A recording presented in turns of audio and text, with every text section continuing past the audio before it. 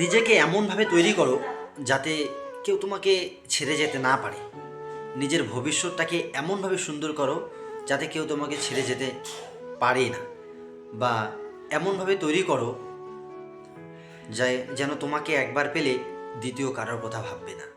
হ্যাঁ, নিজের কমতিগুলোকে ঠিক করো, যেটা ঠিক করলে দ্বিতীয়ত আর কারোর কাছে যাইতে হবে না তোমাকে। তোমার জন্য হাজারো মেয়ে লাইন দিয়ে দাঁড়াবে। হ্যাঁ, এমনটাই নিজেকে তৈরি করো। আসলে আমাদের সমাজে বা এখনকার পরিস্থিতিতে বা এখনকার সময়ে যে একটা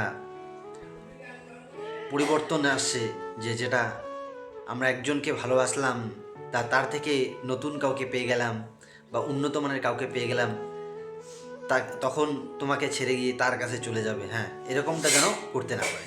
সেই জন্য নিজেকে এমনভাবে তৈরি করো যাতে কেউ তোমাকে ছেড়ে যেতে না চায়।